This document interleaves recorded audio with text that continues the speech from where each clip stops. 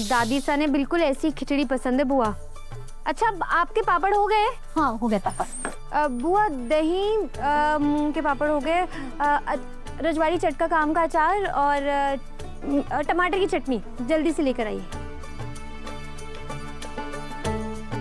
बुआ अब देखिएगा दादी से हमारे से मुंह फेर ही ना पावेंगी। बुआ आप बाकी सबके खाने की तैयारी कीजिए। हे भगवान, इस बच्ची की कोशिश को सफल करना, माँ जी हुक्म की नाराजगी दूर हो जाए।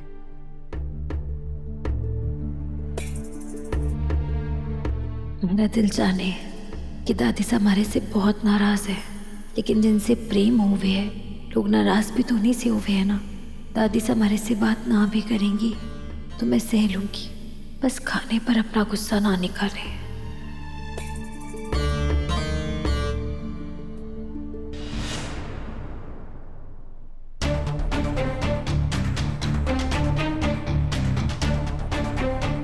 अरे आ गई तो वसु।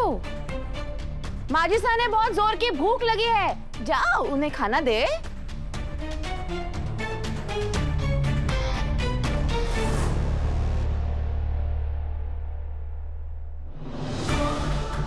दादी साहब वो मैं आपके लिए खाना।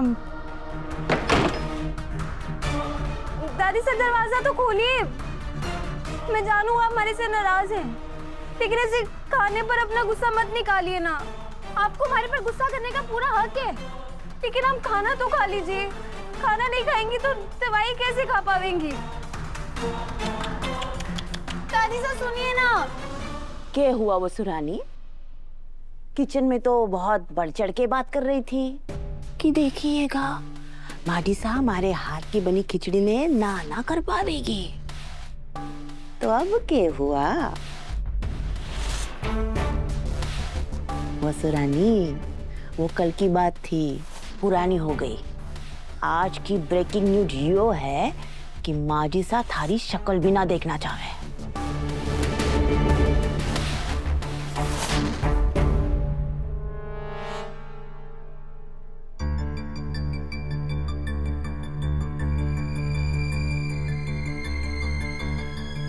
वसुधा ने जो किया हमारे कहने पर किया, फिर सजा सिर्फ इसे क्यों मिल रही है?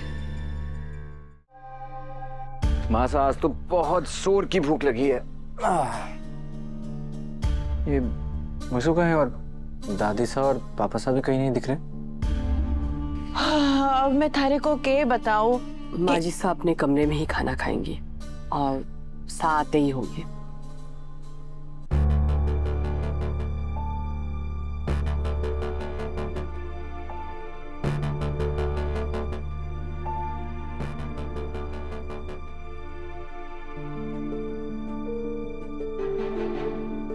वसु क्या बात है, आज फिर से पुराने लुक में? कहीं तुम भूल तो नहीं गई कि तुम अब परमानेंटली चौहान बहू हो?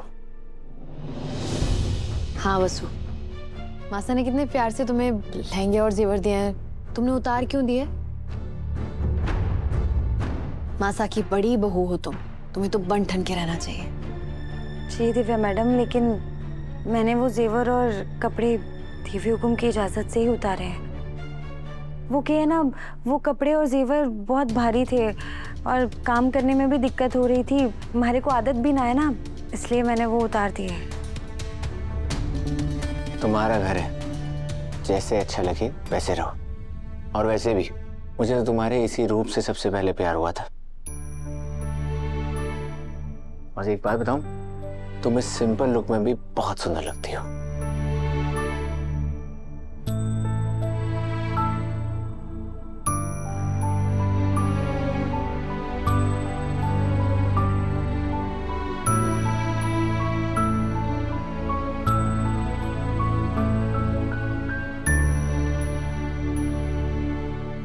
रुको सावित्री। जी हुकुम।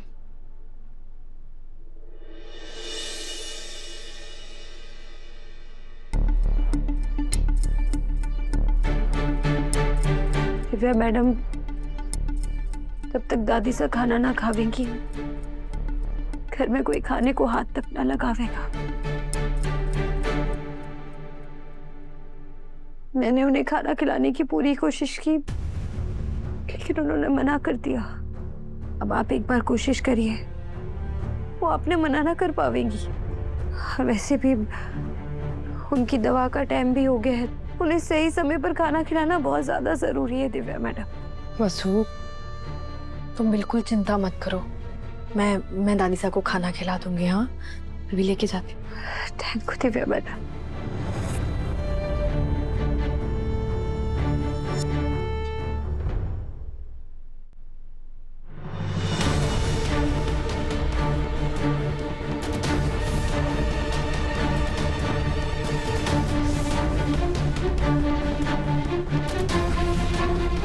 दादिसा,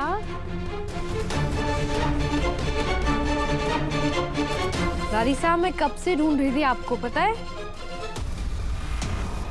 आपकी दवाई का टाइम हो गया है ना, तो जल्दी से आपको मैं खाना खिला देती हूँ। ये लीजिए।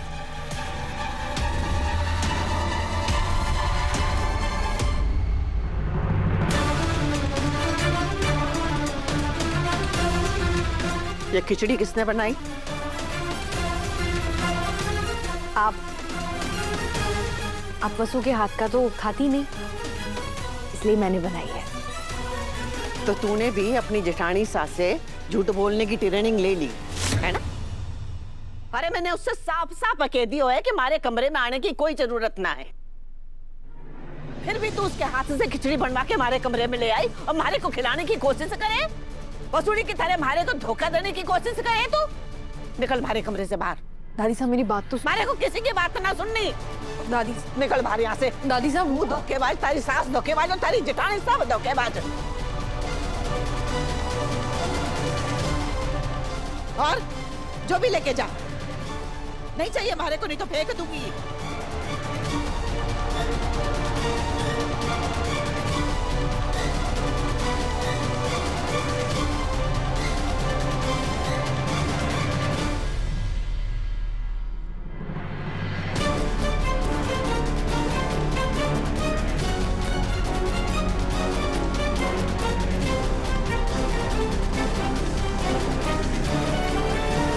माजी साहब, यो क्या कर रही है आप? आप किसी और बात का गुस्सा दिव्या और खाने पर क्यों निकाल रही हो? आपको वसु के हाथ का खाना नहीं खाना है ना, मत खाइए, सावित्री बना देवेगी। ऐसी भी के नाराजगी माजी साहब? थारे को गलत फहमी हुई कि वसु माँ बनने वाली है, उसमें वसु की क्या गलती? उसे किस बात की सजा मिल रही है? थारे को क्या लगे कि मैं इसलिए नाराज हूँ? अरे को मेरी नाराजगी की यो वजह बताई गई है। शांत हो जाइए माजी साहब, शांत हो जाइए, आपकी तबीयत फिर से बिगड़ जाएगी। अरे हमारी चिंता छोड़, जा और जाके अपनी लुगाई से पूछ कि दोनों की दोनों सास बहू मिलके कौन सी खिचड़ी पकावे हैं जिसकी वजह से मैं नाराज हूँ। जा जाके सच को पता कर, और जब थारे पता चल जावेगा ना, तब थारे होश उड़ जावेंगे।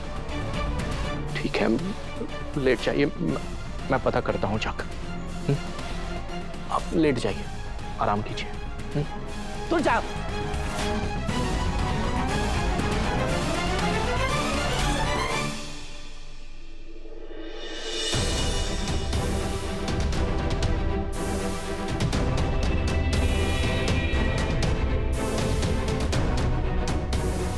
चंदा जरूर मुझसे कुछ छुपा रही है, मुझे पता लगाना होगा कि आखिर बात क्या है।